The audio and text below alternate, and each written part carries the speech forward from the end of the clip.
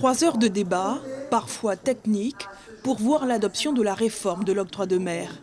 Un texte qui vise à l'harmonisation des taux appliqués sur les produits importés. Des nouveaux taux, élaborés à partir de données spécifiques. Les données des douanes nous permettent de nous dire, voilà, tel produit nous rapporte tant, tel produit nous rapporte tant. Et là, ça nous permet de faire des analyses. Et suite à ces analyses, on a commencé la réforme.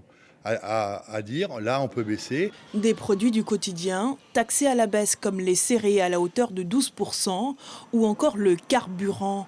En revanche, pour les côtes de porc surgelées, c'est une hausse entre 5 à 10%. Pour l'opposition, la collectivité doit trouver d'autres leviers pour dégager des financements. Oui, il faut réduire le nombre de taux, apporter plus de transparence sur le dispositif actuel, mais il faudrait quand même préserver le panier de la ménagère et ne pas oublier que dans tous les cas, quels que soient les secteurs d'activité concernés, c'est le consommateur final qui paye à la fin. La CTG devrait ou aurait dû, comme nous l'avons proposé, rechercher d'autres sources de financement, de recettes fiscales, notamment pour fiscaliser le foncier privé de l'État ou le spatial. Le texte final a fait l'objet d'arbitrages avec les socioprofessionnels notamment. Des chefs d'entreprise qui soulignent la nécessité d'une révision tout en dénonçant une réforme précipitée. Pour protéger une production locale, il faut augmenter les taux d'importation. Voilà.